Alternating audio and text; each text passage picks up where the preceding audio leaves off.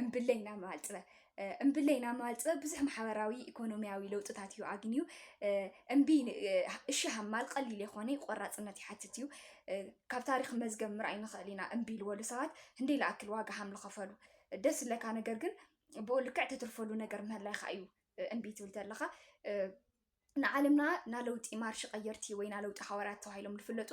ብእምቢቶኦም እዮም እምቢ ብምባሎም እዮም ልፀልማት እምቢ ዝበሉ ኤሌክትሪክ ፈጢሮም ለፊውዳሊዝም ስርዓት እምቢ ዝበሉ ዲሞክራሲ ፈጢሮም ልባርነት እምቢ ዝበሉ ማዕርነት ፈጢሮም ንመግዛእቲ እምቢ ዝበሉ ናፅነት ፈጢሮም ለመሃይምነት እምቢ ዝበሉ ትምህርቲ ፈጢሮም ለሕማም እምቢ ዝበሉ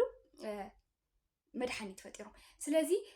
እምቢ ክንብል ተለና ናለውጢ ናምዕባለ ትንሳኤ እዩ ግን እምብለይ ክንብል ተለና ኢሞሽናሊ ክኾን የብሉ ልባዊ ክኾን እኒአዎ ሓላፍነት እንወስደሉ ክንኾን እኒአና ሰባት ስለተፃዓኑና ዘይኮነ እምቢ ንብልሲ ኣሚንናሉ ሓላፍነት እንወስደሉ ነገር ክኾን እኒአዎ እምቢታና ካብ ልባዊ ክኾን እኒአዎ ስለዚ እምቢታ ዓብይ ጥቕሚ እኒአዎ እና እምቢ ንበል